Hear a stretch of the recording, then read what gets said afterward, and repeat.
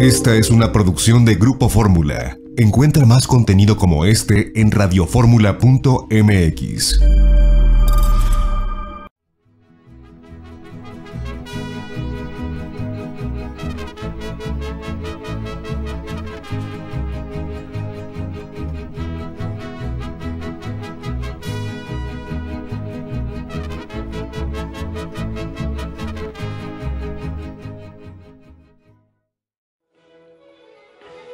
La historia que quiero vivir. Un viaje al pasado mexicano a la manera de José Manuel Villalpando.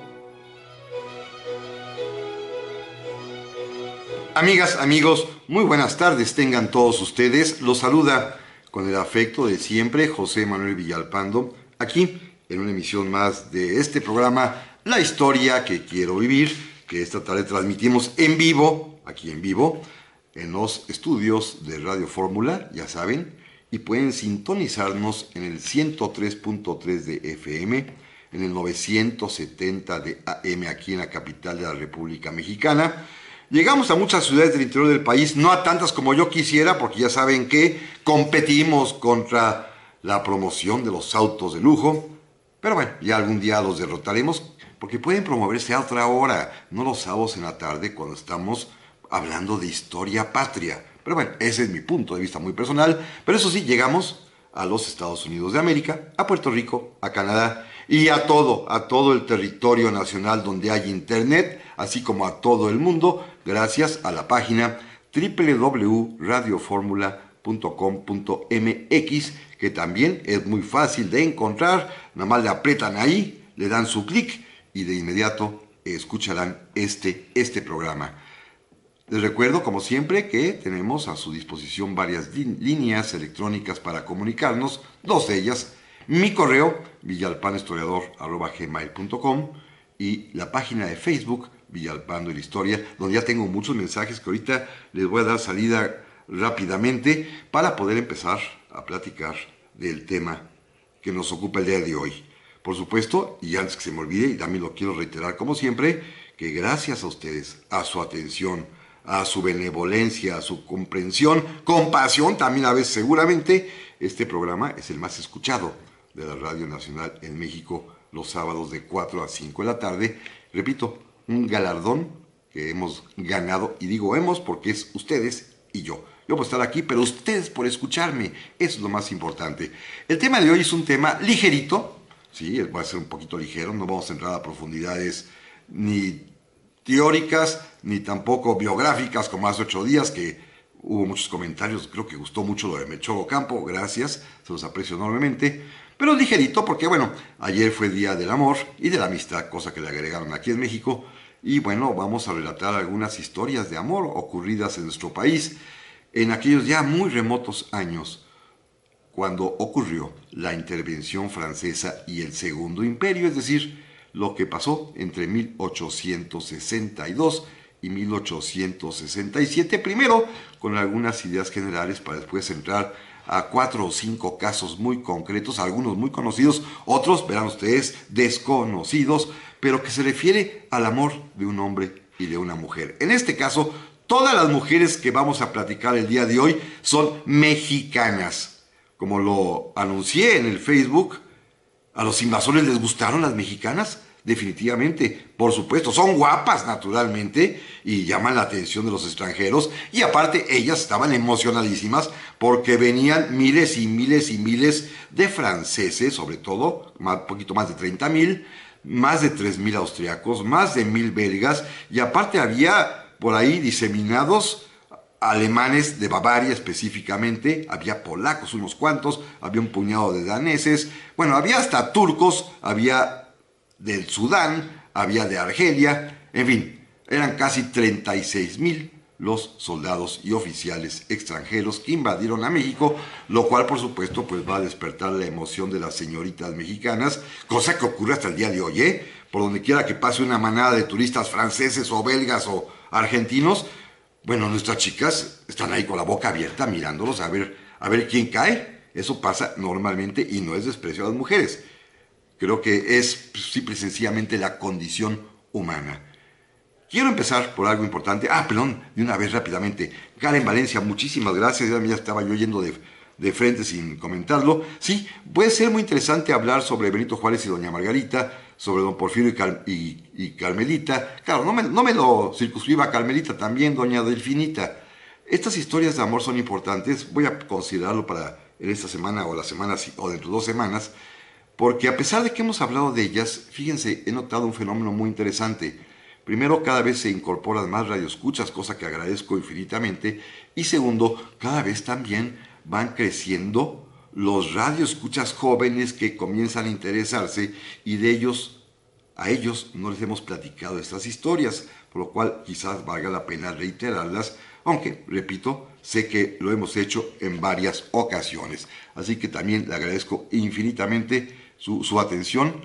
También quiero agradecerle muchísimo, aquí tengo varios ya, a don Luis Enrique Vega Ibarra, que me está escuchando desde Huatusco, Veracruz. Qué padre, eso me da muchísimo gusto que nos escuchen por todo el país. A David Bravo, también le agradezco infinitamente. Me pide que salude también, por supuesto, a su señora madre, doña Rafaela Rodríguez, que está allá en Oaxaca escuchándonos. Muchísimas gracias. Don René Moeno, como siempre, muchas gracias. Don Enrique Deita, también muchísimas gracias por su comentario, como siempre. Don Ignacio Barreras, por supuesto, no voy a hablar de la fragua. De él no voy a hablar, don Ignacio.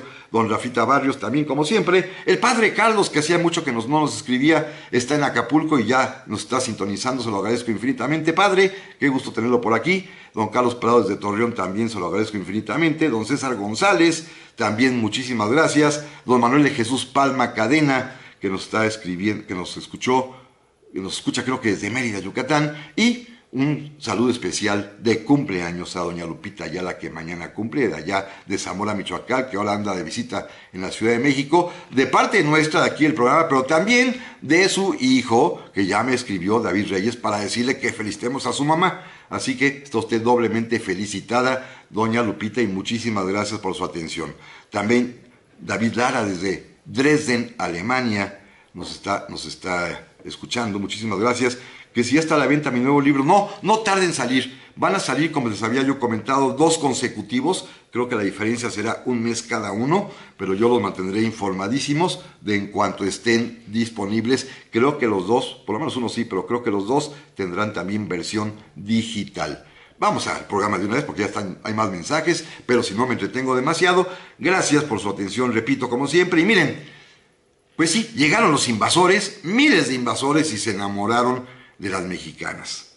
Muchos de ellos, quizás la gran mayoría, los que tuvieron una relación amorosa con las mexicanas, hay que ser también muy claridoso, la gran mayoría se casó con ellas, Otros tantos, quizás también muchísimos, que pues las mexicanas les gustaron mucho, ellas gustaron de los invasores, pues muchos se fueron también y nada más las dejaron de encargo, para decirlo bonito.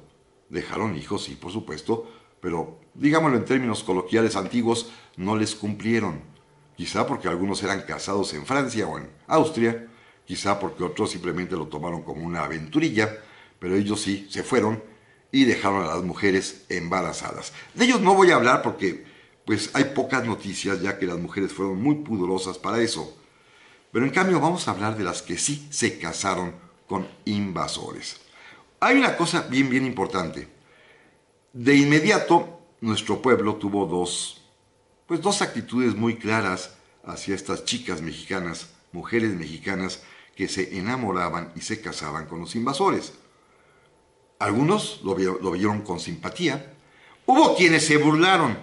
En esos tiempos, en los años de la intervención francesa, circulaba un estribillo ofensivo que se repetía constantemente y que inclusive aparece publicado en una hermosa novela que les recomiendo.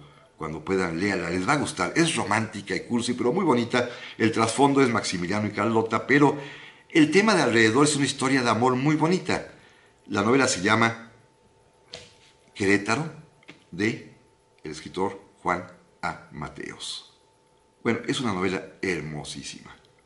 Juan A. Mateos, en su novela, que narra este tipo de relaciones entre las mexicanas y los extranjeros, criticando sobre todo a los papás y a las mamás de la sociedad, buena sociedad mexicana, porque de pronto los padres se emocionaban con la posibilidad de que su hija se casara con un oficial francés austriaco, y circuló un estribillo que aparece ahí en esta novela, que se llama El Cerro de las Campanas de Juan Amateos, y en el que la gente se mofaba de estos afanes por conseguir novio y marido extranjero, diciendo, fíjense qué estribillo: ya vino el güerito, me alegro infinito, ay hija, te pido por yerno un francés.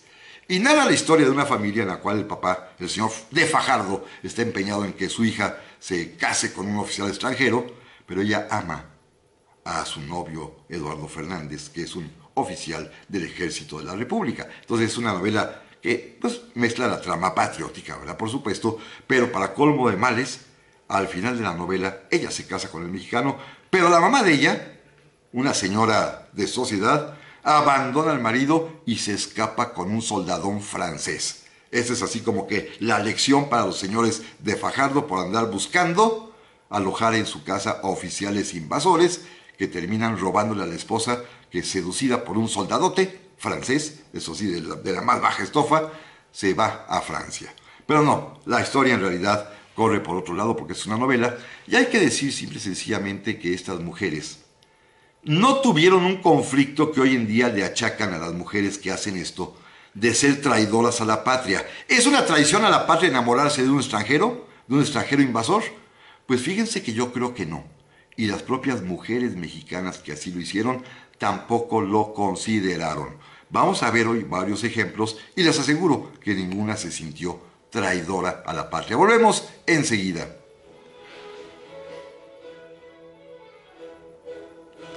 Estamos aquí, amigas y amigos, para el segundo bloque de esta tarde. Han llegado muchos mensajes rápidamente. Por supuesto, como siempre, fieles al programa, Emma, Jackson, Toby, Neftalí Garza, que hoy me escriben desde Atlantic Beach, allá en Carolina del Norte. Muchísimas gracias. Don Noé Sajade, por supuesto que no se me olvida saludarlo a usted y a todos los amigos que nos están escuchando allá en Nueva York, en los Estados Unidos, naturalmente. Así que un abrazo a Nueva York con todo gusto. Don Elías Moreno, el Moreno Valley, por supuesto, en California. Muchísimas gracias. Estamos hoy muy internacionales, como siempre. Fíjense, desde Dresden, Alemania, Nueva York. Bueno, eso es lo más maravilloso de este programa, que podemos los mexicanos encontrar en él un cachito de patria, aunque sea auditivo. Eso a mí se me hace quizás parte de las cosas importantes de lo que yo puedo hacer aquí en este programa, además de platicar de historia para todos ustedes, que a mí me apasiona. Pero si esto sirve de vínculo entre todos, está maravilloso. Mire, don David Augusto Sotelo también desde Chilpancingo, muchísimas gracias. Don José Naum también. Me pregunta que si la historia de amor que se supone que es real en realidad, sobre González Bocanegra y Elisa, su novia, que es María Guadalupe González del Pino y Villalpando, sí, es absolutamente real. Don José Antonio Cortés también, muchísimas gracias. Y por aquí tengo otros más. Fíjese bien. Rápidamente. Ahorita mencionaré los demás para poder continuar. Miren, hay una cuestión importante, esto de la traición a la patria. Resulta ser que, pues, las mexicanas se enamoraban y se casaban. No tenían conflicto de si estaban traicionando por tratarse de un invasor, el hombre del cual se habían enamorado y al cual amaban y con el cual tenían hijos. Hay una anécdota muy bonita que narra el gran poeta Juan de Dios Peza, pues enorme poeta del hogar mexicano que vivió durante la segunda mitad del siglo XIX, que en una ocasión fue a París y en su libro de recuerdos anotó que paseaba con algún amigo en un coche de sitio, o sea, un taxi de aquel tiempo tirado por caballos, e iba recordando pues, algunas cuestiones y platicando en español, y el cochero de pronto se voltea y en buen español les contesta: ustedes son mexicanos. Y Juan de Dios Peza le dice: ¿usted cómo sabe? Porque yo fui soldado en México en los días de la intervención, pertenecía al ejército francés, combatí en Puebla en las dos batallas de Puebla, después estuve acantonado en Guanajuato y allí conocí a la que es mi esposa, con la que me casé y nos venimos a vivir a París. Yo era soldado raso y ahora soy cochero y vivo en París con mi esposa. Bueno, a Juan de Dios Pesa le encantó y empezaron a platicar con el cochero sus experiencias. Fíjense, ya pasó el tiempo y el cochero entendía y les comentó que él cumplía con su deber como soldado estando en México combatiendo a los mexicanos, pero que eso nada tenía que ver ahora con que allí en México, en Guanajuato, encontró a la mujer de su vida, al amor de su vida, con la cual estaba casado y con la que tenía ya varios hijos. Y vivían en París humildemente, de manera sencilla, siendo él, por supuesto, un hombre, pues, de poca instrucción, cochero de sitio literalmente, pero con su esposa mexicana, que además, por supuesto, pues, guisaba platos mexicanos en su casa, a la que invitó a Juan de Dios Pesa y a donde fueron a visitarlo. Ahí estuvieron en la casa de él. Y la mujer, pues, les dio una lección de lo que es el patriotismo femenino. Ella les dijo que una cosa es el amor a la patria, a la que amaba entrañablemente y se los demostró, y otra era el hombre de su vida, el que amaba profundamente.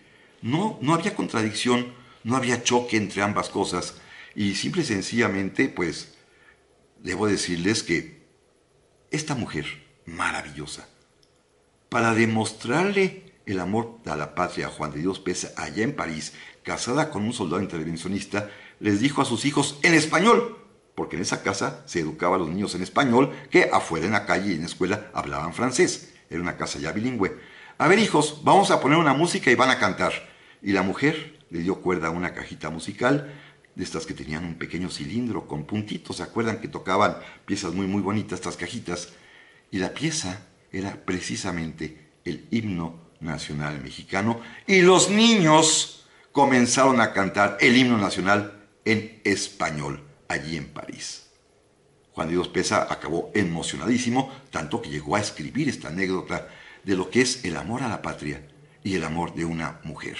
Fíjense, es interesantísimo, ¿eh? Es decir, no hay contradicción.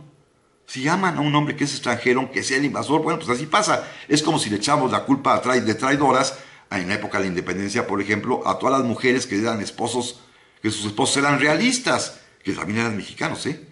Pues ni modo, ¿no? Así tocó. O en la época de la Guerra de Reforma, pues ni modo de odiar a las mujeres que amaban a los conservadores. Pues ni modo, así es eso. Y en la Revolución Mexicana, pues ni modo de odiar a las mujeres que amaron a los soldados del Ejército Federal. Por cierto, recuerden, la famosa Adelita, aquella que se está bajando del ferrocarril, es la esposa de un hombre, de un soldado del Ejército Federal huertista. Cuando ven la serie de fotografías, se ve claramente que es el contingente de soldados federales. Es decir, no era revolucionaria la Adelita, ¿eh? Era una mujer que amaba y seguía a su hombre. Miren, vamos a platicar algunas historias simpáticas, algunas de ellas desconocidas por completo. Primero, la del comandante Hipólito Madelor. No lo conocen, estoy seguro. Yo sí, tuve la fortuna de ver su expediente alguna vez. Y es un oficial francés que tenía el grado de comandante. Comandante es el equivalente a mayor en nuestro ejército actual, es decir, subteniente, teniente, capitán, luego seguía el comandante o mayor, teniente coronel y coronel. Bueno, este era un comandante francés que estaba comisionado en San Luis Potosí en 1864-65. Incluso era el comandante de la ciudad de San Luis Potosí con un batallón de 300, 400 soldados a sus órdenes. Y allí Hipólito Madelor conoció a una muchacha a la cual le llevaba 20 años de edad.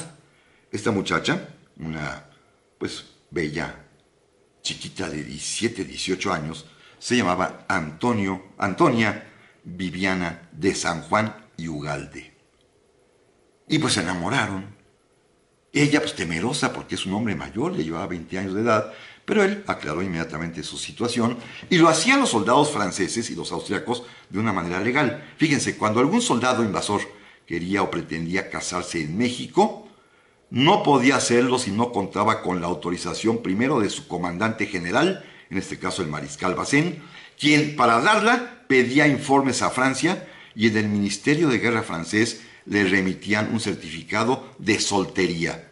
Si era casado, no había tal certificado, pero si era soltero, se mandaba un oficio diciendo el señor es soltero y puede casarse.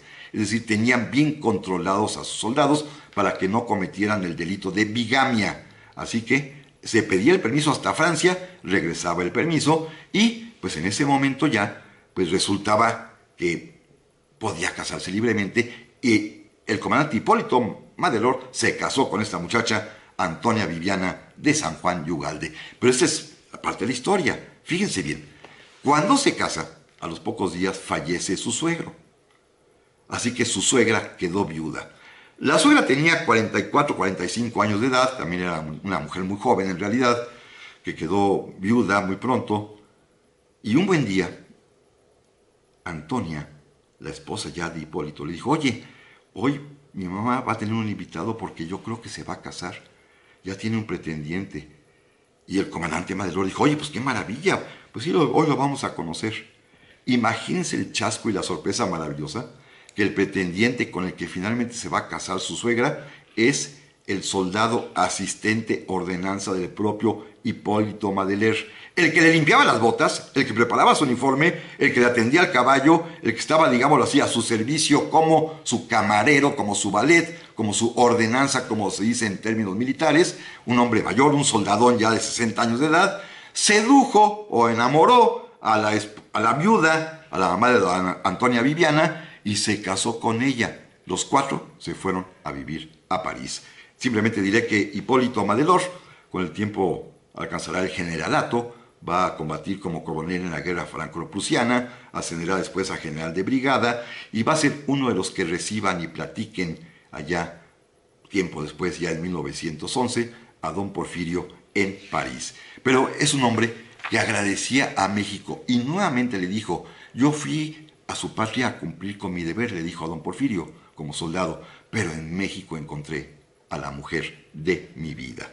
Son historias reales, como otra más que vamos a platicar también, que este es muy interesante, porque esta ocurrió al revés. Se quedó el sujeto en cuestión, se quedó a vivir en México. Se trata de un médico oficial del Cuerpo de Sanidad, del Cuerpo de Voluntarios Austriacos, de nombre Adolfo Schmidtilden. Adolfo Schmidtilden, médico que era pues un médico seguramente bueno, que había sido reclutado allá en Austria. Él era bávaro, de la parte sur de Alemania, de Baviera, de Bavaria, que recuerdan ustedes es un territorio en el cual tiene mucha afinidad con Austria, porque ahí son católicos, son alemanes católicos. Y muchos de estos hombres pues se reclutaron por necesidad, como lo cuenta el propio Schmidtilden en sus cartas, por necesidad económica, como médicos en el ejército austriaco. Y cuando llegan a México, los austriacos particularmente estuvieron, además de la Ciudad de México, en dos ciudades importantes, en Oaxaca, pero también estuvieron acuartelados en Puebla. Y a la ciudad de Puebla le tocó estar destinado Adolfo Schmidtilden. Allí estuvo y pues el trabajo como médico en el cuartel era bastante sencillo, no había muchos enfermos, y le dio tiempo de por las tardes instalar un pequeño consultorio privado para atender pacientes en consulta personal. Pero volvemos enseguida. Ya estamos aquí de nueva cuenta, amigas y amigos, para el tercer bloque esta tarde, que se me ha ido volando, casi no puedo ni platicarles nada, pero ahí vamos, poco a poquito. Gracias a don Carlos Damián Roldán Hernández, se lo aprecio enormemente. Don Juan Carlos Milán Soto, desde allá en Baja California Sur, muchísimas gracias. Don Santiago Rosas, allá en Puebla, que le encantó la historia de Sedano y Matajari. Don Fernando Salinas y sus chicas de France, allá en McAllen, muchísimas gracias. Janet y Carolina, también se los agradezco muchísimo. Lalo Núñez, aquí en Coyoacán, muchas gracias, aquí cerquita. Don Gerardo Guadarrama, que además es su cumpleaños. Felicidades, don Gerardo, nuestro fiel y atento radioescucha de muchos años ya. Ya vamos a cumplir, ¿qué? 7 años creo aquí. Ya estamos exactamente, ahorita que lo caigo en la cuenta, nos faltan un mes para cumplir 7 años aquí en Radio Fórmula, lo cual me da muchísimo gusto. David Reyes, muchas gracias. Don Jorge Gallo, muchísimas gracias, lo aprecio enormemente. Don Guillermo Correa, también desde Moreno Valley, California. Para encontrar su genealogía, cuando venga a México, des una vueltecita por el Archivo General de la Nación, donde se encuentra un fondo depositado, que no lo puedo explicar mucho, muy largo ahorita, pero que permite escudriñar en los libros parroquiales de toda la época colonial, con lo cual se pueden rastrear a los antepasados hasta más o menos del 1540 hacia acá. Más allá ya es imposible, ¿eh? Pero sí des una vuelta por el Archivo General de la Nación. Don Oscar Guadalupe Lizalde, muchas gracias. Ignacio Barreras, muchas gracias. Don René Moeno también, que si voy a platicar el conde Kevin Hüller, si me da tiempo, sí, don René, con todo gusto. Pero porque miren, Adolfo Schmidt-Hilden es médico, decía yo hace un momento, está en Puebla, pertenece al Servicio de Sanidad del Cuerpo de Voluntarios Austriacos, le sobra tiempo y en la tarde pone una consulta particular y a ella llega lastimada de un ojo porque se traía una astilla clavada pequeñita en un ojo, lo cual es sumamente molesto, una muchacha de la más alta y fina sociedad poblana.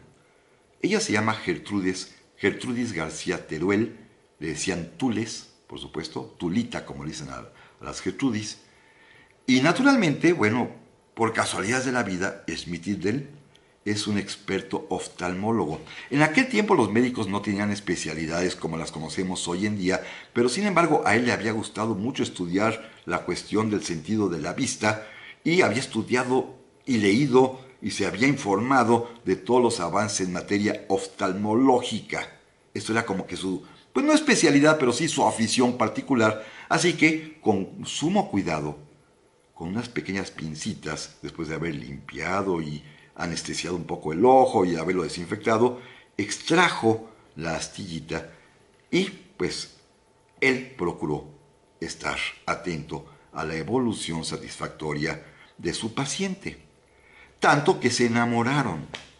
No, bueno, surge un amor verdaderamente de estos maravillosos, de los de antes bonitos, a grado tal que se casan, por supuesto, previo los permisos respectivos que otorgó el gobierno austriaco, en los cuales certifica que el hombre era soltero allá en Europa, y además también, bueno, previo los permisos también, fíjense qué interesante, del gobierno imperial mexicano, porque vieron con recelo que este hombre se quisiera quedar. ¡Quedarse! Y cuando se retira la intervención francesa y parte del cuerpo de voluntarios austriacos, él solicita su baja. Hay un proceso inclusive porque es un poco desertor, pero él pide quedarse en México. Finalmente lo dejan quedarse porque aquí está ya su esposa y aquí empiezan a nacer sus hijos. Tendrá a la larga 4 hijos. Y fíjense esto, se queda en Puebla para siempre. Se quedó en México. Después de la batalla del 2 de abril, cuando ya se habían retirado los austriacos y cuando don Porfirio toma la ciudad de Puebla, la familia García Teruel se presentó ante el general Díaz y con ellos fue Adolfo Schmidt-Hilden y de plano se la cantó a derecha. Mire, soy austriaco, soy oficial, me doy por prisionero, pero debo decirle que tengo esposa mexicana y quiero quedarme a vivir en México. Y a don Porfirio le cayó bien, a don Porfirio le caían bien los austriacos y los alemanes, Le cayó muy bien y el propio Porfirio Díaz hizo el trámite ante el gobierno del presidente Juárez para, en primer lugar, exonerar de prisión a Adolfo Schmidt-Hilden, porque era médico, y en segundo, para darle la residencia y después la nacionalidad mexicana. Y este hombre se quedó, a vivir en México. No solamente se va a convertir en el médico más famoso y prestigiado de Puebla, sino que además va a ser un hombre, pues, que tendrá un papel importante en la sociedad mexicana, porque es el fundador de lo que se llamó primero inicialmente la colonia alemana en México, que después van a transformar en el Club Alemán, del cual van a dar orígenes, por ejemplo, hasta los colegios Humboldt. Por ahí va la cosa. Él es el iniciador y el fundador, un hombre que se queda para siempre a vivir en México, casado con doña Gertrudis García Teruel y con 4 hijos. Su foto la pueden ver, ahí la puse en el Facebook. Si se fijaron en el anuncio, puse en la columna del lado izquierdo, arriba en la parte superior, una familia. Es la del mariscal Aquiles Bacén, con su esposa mexicana Pepita de la Peña, con sus con 2 de sus hijos ahí mismo. Y en la parte inferior está la fotografía del propio Adolfo Schmidt-Hilden con su esposa Gertrudis García Teruel, con sus 4 hijos. Hicieron familia los dos. Claro, uno se fue y el otro se quedó. También en el mismo anuncio, y lo anticipo de una vez, en la parte inferior hay otras 2 parejas. Aquí sí nada más las parejas únicamente. La primera corresponde a Francisca Agüero, Paca Agüero, y al general Prim. ¿Se acuerdan del general Prim? El que tiene nombre de calle en muchas ciudades del país. Bueno, pues él está casado, se casó con una mexicana, ahorita platicaré su historia. Y la última pareja, que es lo que me preguntaba don René Moeno, es justamente doña Leonor Rivas Mercado y su novio pretendiente, amante más bien, novio nunca fue, amante, el conde Carlos de Kheven-Hüller. Pero vamos poco a poco. Miren, el mariscal Bazán se casó con mexicana, ya lo dije hace un momento, con Pepita de la Peña, Josefa de la Peña y Azcárate, de una familia prominente en lo social, en lo cultural, pero no en lo económico, ¿eh? Eran muy venidos a menos, de plano estaban en la pobreza absoluta. El patriarca de la familia, el tío de ella, había sido presidente de la República, un hombre honrado, Manuel Gómez Pedraza, que al morir pues dejó nuevas deudas, y esto va a ocasionar pues que la familia sea de estas familias venidas a menos, como se decía antaño. Sin embargo, el mariscal Bazán, viudo ya para ese momento, ya era mariscal de Francia, cuando la conoce, ya se había enterado de que su mujer había fallecido, que había muerto en París. De pronto, en un baile al que asisten los oficiales franceses, porque sí, hay que decirlo, la sociedad mexicana, particularmente los aristócratas, organizaban saraos, bailes, tertulias, fiestas, pues, para que allí asistiesen los oficiales del ejército invasor, franceses y austriacos, y belgas, por supuesto, para conocer a señoritas casaderas mexicanas. Y claro, ahí iban las señoritas de buena familia, como en este caso, como lo era Josefa de la Peña, que fue con su tía, la viuda del general Gómez Pedraza, a un baile en el que estaba por casualidad, porque no tenía nada que hacer ese día, el propio mariscal Bazán. Había muchos jóvenes oficiales que eran los que estaban literalmente pues revoloteando alrededor de las chamaquitas hermosas mexicanas, pero pues el mariscal, mayor de 50 años, le llevaba nada más 32 a la jovencita Pepita de la Peña. El mariscal se fijó en ella y le encantó. Ya era viudo, ¿eh? Esto es importante aclararlo porque no está cometiendo ningún tipo de falta de cortesía ni de fidelidad. Era un hombre viudo, sin hijos además también, y pues de pronto le gustó, le iluminó el rostro esta chica mexicana.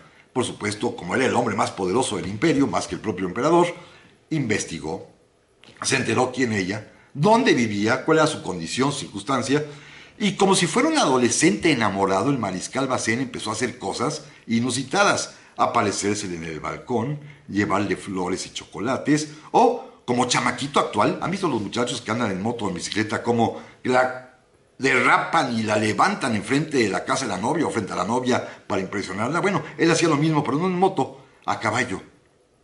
Pasaba frente al balcón de Pepita con su caballo así muy bonito y lo caracoleaba enfrente de ella para que ella pues se viera y le llamara la atención.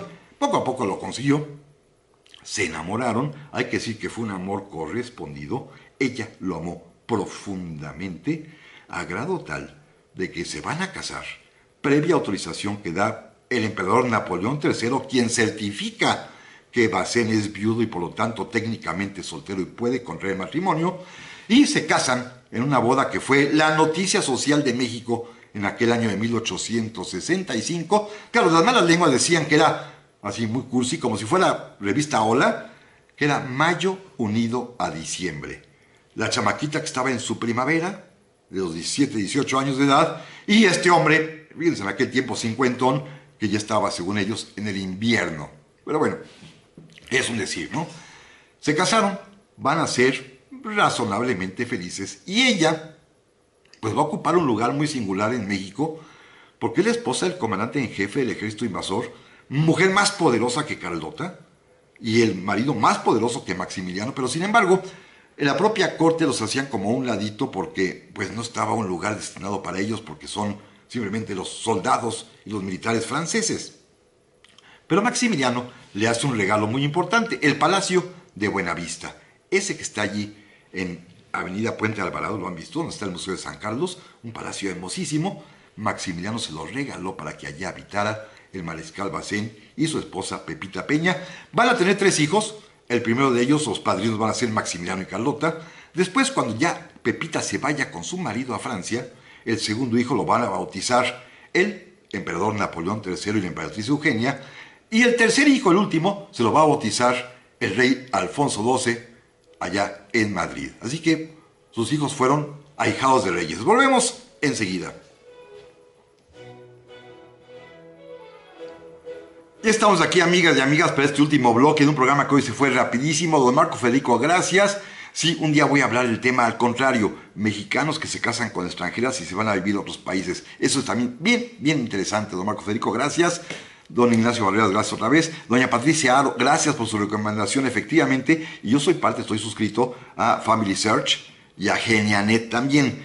Pero lo único que sí le comento es que en el AGN, la página, a menos que ya la hayan corregido, pero tiene varios meses sin funcionar, ¿eh? No se puede consultar por alguna razón extrañísima. Apareció un letrero que dice que estaban cambiando el servidor, cosa que cuando yo cambié en donde trabajo el servidor se hace en un día. Ha llevado varios meses, ¿eh? El AGN, al menos hasta hace unas semanas, no funcionaba su página de consulta por internet. Pero gracias, doña Patricia, se lo aprecio enormemente. Don Carlos Pelado también, ya lo respondí, es sobrina de Manuel Gómez Pedraza. Y por aquí tenía otros más rápido, si no se nos viene el tiempo. Don Alberto Flores, muchas gracias. Don Raúl Tamayo allá en Indianápolis, se lo aprecio enormemente. Manuel García, nuestro amigo en Querétaro, gracias. También ya recibí la invitación a la boda, así que muchas gracias. Felicidades, por supuesto. Don José Antonio Cortés, muchísimas gracias. Sí, dejaron hijos, particularmente en las zonas en las que usted me dice, en los Altos de Jalisco y en la zona también potosina, por Tamuín, por todos esos lugares también. Sí, hay varios lugares donde de pronto aparecieron niños güeritos, sin padre, ¿verdad?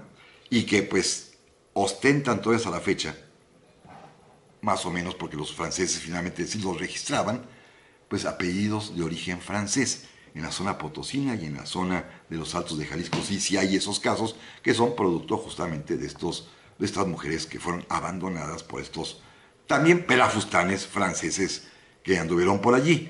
También le agradezco a Vico Ojeda, gracias por lo que me dice que soy trinchón, muchas gracias, y saludo a su señora esposa, se lo aprecio enormemente. Don Juan Carlos Estudillo también, muchísimas gracias. Pero bueno, vamos a seguir, porque si no me da tiempo. Miren, el general Prim, el del nombre de la calle, que todos recordamos, que viene a México en 1862, cuando las potencias intervencionistas, Francia, España e Inglaterra, deciden enviar sus barcos y sus soldados para cobrarle a México lo que les debemos, o debíamos, o debemos porque seguimos debiendo, pues él viene al frente del contingente español. Ya se decían que era un segundo Hernán Cortés.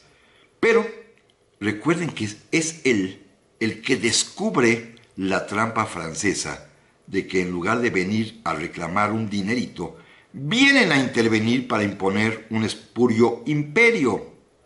Es él el que descubre esta pantomima, es él el que rompe la alianza, es el que retira sus fuerzas y convence a los ingleses, y es el que platica directamente tanto con el general Manuel Doblado, ministro de Relaciones Exteriores de Juárez, con quien firma los famosísimos preliminares de la Soledad, y también platica y le reconoce y lo apoya con el general Ignacio Zaragoza, y platica también con su tío político, el señor González Echeverría, que es nada más ni nada menos que el ministro de Hacienda de don Benito Juárez.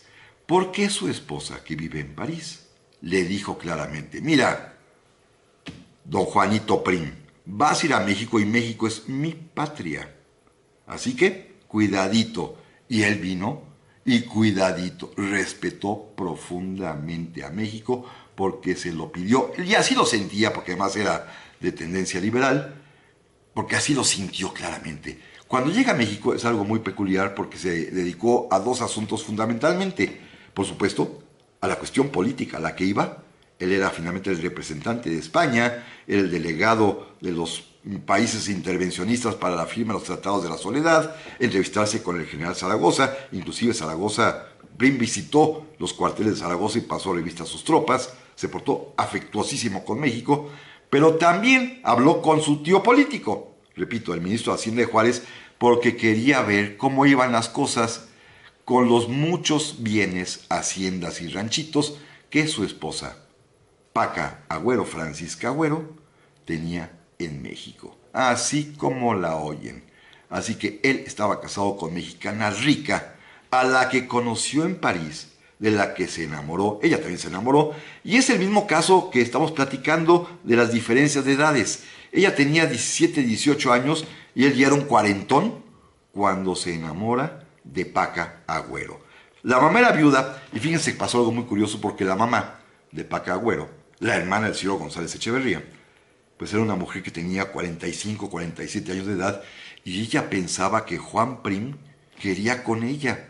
Imagínense la confusión. Al principio es un poquito como una comedia de enredos familiares porque la señora piensa que Prim va a la casa, la frecuenta porque quiere pedir la mano a ella y no, a quien quiere es a la chamaquita. Claro, esa es una comedia, repito, divertida de enredos que no me da tiempo a platicar, pero finalmente se casa con Francisca Agüero, quien no lo va a acompañar a México en esa ocasión, pero sí lo va a acompañar a Madrid a partir de 1868, cuando Juan Prim se convierte en presidente del gobierno español, cuando esté tratando o intentando de llevar un nuevo monarca a España, que será el rey Amadeo de Saboya, y va a estar presente, recibiéndolo inmediatamente después, cuando el famosísimo atentado de la calle del Turco a la vuelta del Palacio de Buenavista donde vivían en Madrid, que le va a costar la vida al general Juan Prim.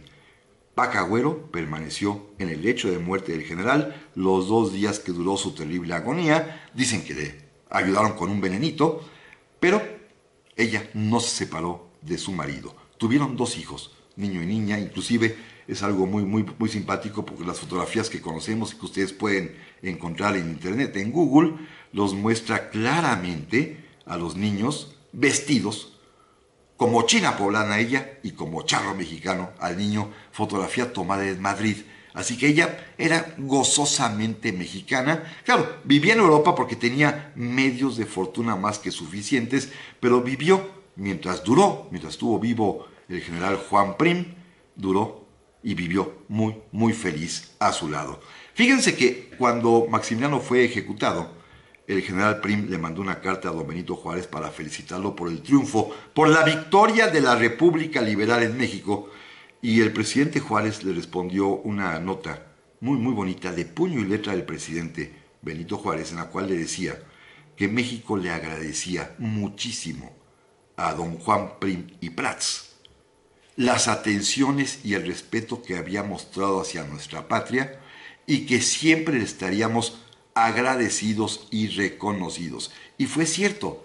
Si ustedes hacen la cuenta, por lo menos en la Ciudad de México y creo que en algunos lugares más, existen calles que se llaman justamente así, General Prim, este general español que respetó a México tanto por convicción como porque su esposa era mexicana. Y por último, vamos a cerrar, creo que me da tiempo a platicarlo rápidamente, la historia de Leonor Rivas Mercado.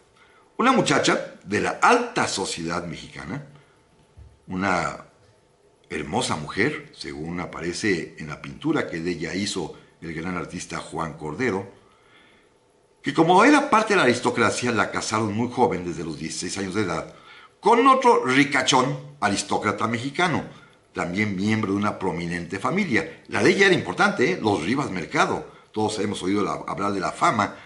Su hermano será el famoso arquitecto que construya y diseña el Ángel de la Independencia, pero a ella la casan desde muy chica con Javier Torres Adalid, hermano de Ignacio Torres Adalid.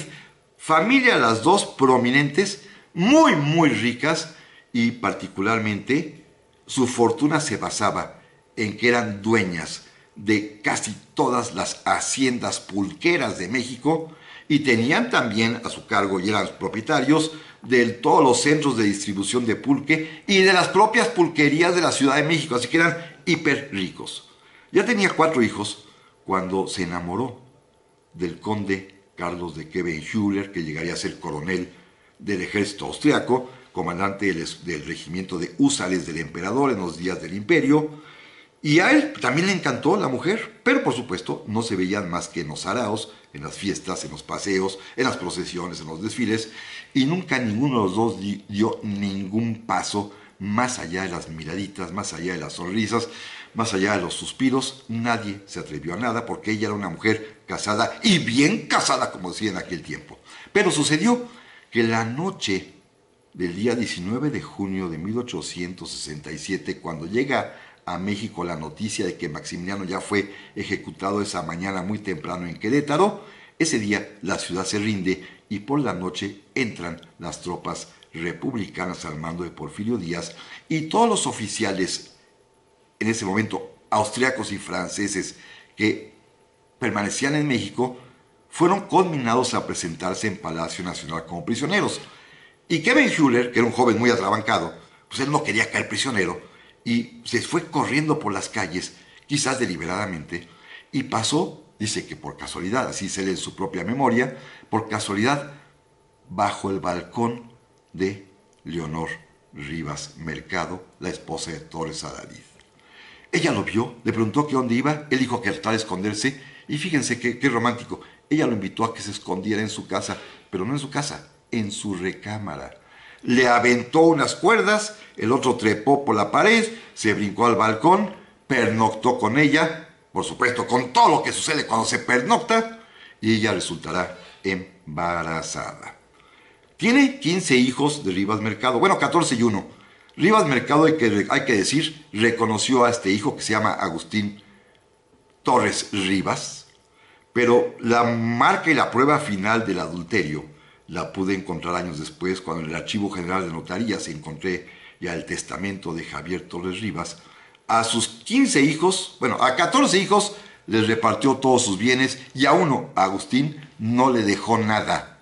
Con esto lo castigó por ser el hijo del pecado. Gracias, amigas y amigos. La semana que entra, primero Dios, aquí nos escuchamos. Le aprecio muchísimo a Guillermo López Negrete, nuestro productor, a don Raúl en los controles y a todos ustedes. Gracias por su presencia. Se los aprecio enormemente y hasta la próxima. Gracias.